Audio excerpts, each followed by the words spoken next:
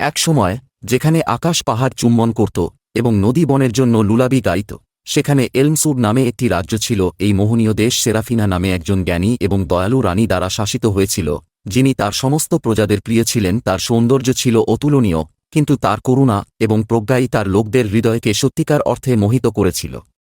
এক শান্ত সকালে সোনালি সূর্য উঠতে শুরু করার সাথে সাথে রানী সেরাফিনা প্রতিবেশী রাজ্য ভেলোরিয়া থেকে একটি চিঠি পেয়েছিলেন। চিঠিটি একটি ভয়ানক অভিশাপের কথা বলেছিল যা তাদের ভূমিতে পতিত হয়েছিল।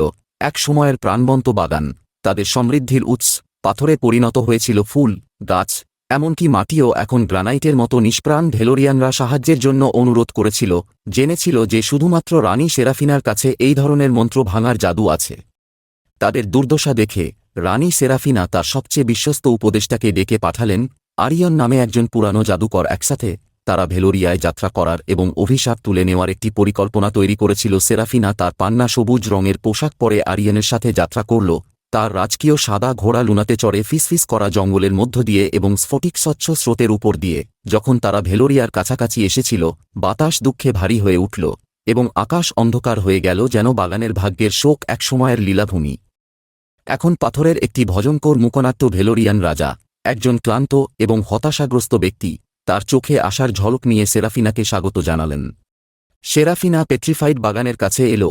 এই দৃশ্য দেখে তার হৃদয় ব্যথা করছে। তিনি তার চোখ বন্ধ করে একটি প্রাচীন মন্ত্র উচ্চারণ করতে শুরু করেছিলেন, যা প্রকৃতির আত্মাকে জাগ্রত করার আহ্বান জানিয়েছিল। তার কণ্ঠস্বর ছিল একটি সুরেলা সুর যা বাগানের মধ্য দিয়ে অনুরণিত হয়েছিল। ধীরে ধীরে পাথরটি ফাটতে শুরু করে এবং ছোট ছোট সবুজ অঙ্কুরগুলি ফাটলের মধ্য দিয়ে ধাক্কা দেয়।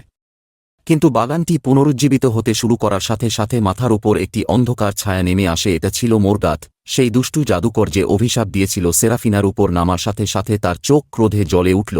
তার প্রচেষ্টাকে ব্যর্থ করার জন্য দৃঢ়প্রতিজ্ঞ আরিয়ান এগিয়ে গেল, রানীর চারপাশে একটি প্রতিরক্ষামূলক ঢাল নিক্ষেপ করল। মোরগাথ এবং আরিয়ান মন্ত্রের একটি ভয়ানক যুদ্ধে সংঘর্ষে লিপ্ত হয়।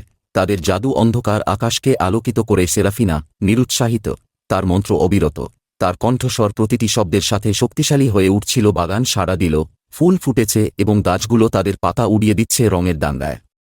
একটি ফাইনালে সেরাফিনাকে থামানোর মরিয়া প্রচেষ্টায় মোরগাথ তার সবচেয়ে অন্ধকার জাদুটি প্রকাশ করেছিলেন, কিন্তু লুনা বিপদ অনুধাবন করে মোরগাথকে অভিযুক্ত করে তার মানি ইথারিয়াল আলোতে জ্বলজ্বল করে জাদুকরকে পিছনে ফেলে দেওয়া হয়েছিল। ঘোড়ার আত্মার বিশুদ্ধ শক্তি দ্বারা তার মন্ত্র ভেঙে যায়। মোরগাথকে পরাজিত করার সাথে সাথে সেরাফিনার স্পেল চূড়ান্ত পর্যায়ে পৌঁছেছে। বাগানটি জীবনে বিস্ফোরিত, আগের চেয়ে আরও প্রাণবন্ত এবং সুন্দর। ভেলোরিয়ানরা উল্লাস করেছে, তাদের আনন্দ উপত্যকায় প্রতিধ্বনিত হচ্ছে। রাজা কৃতজ্ঞতার অশ্রুসহ সেরাফিনার সামনে নতজানু হয়ে তার সাহসিকতা এবং দয়ার জন্য তাকে ধন্যবাদ জানান। রানী সেরাফিনা এবং আরিয়ান ন্যায়